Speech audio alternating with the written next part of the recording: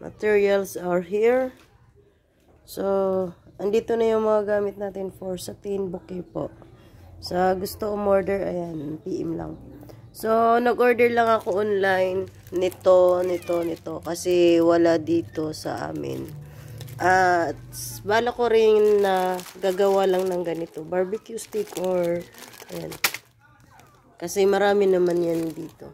Excuse me sa pusa ko. Tsaka umorder din ako ng itong ribbon. Kasi ang mahal dito sa amin. Akalain mo 300 yung ganito. Pero sa online is worth 49 pesos lang.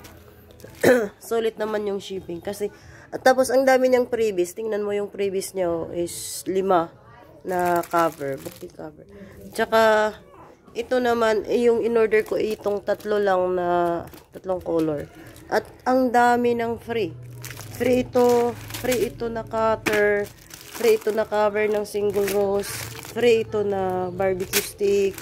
Tsaka ilang peraso to? 1, 2, 3, 4, 5, 6, 7, 8, 9, 10, 11. 11 po yung free niya. Akalain mo kaya. Sabi ko, bakit ang bigat? Ito yung nilagyan ng karton. Sabi ko, bakit kaya ang bigat? Yung order ko, 3 peraso lang naman na bouquet cover. Kaya naman pala. Dami, oh. So, sa seller po, thank you so much, guys. Thank you so much. Malaking tulong po ito sa akin. Nakaka-save na ako.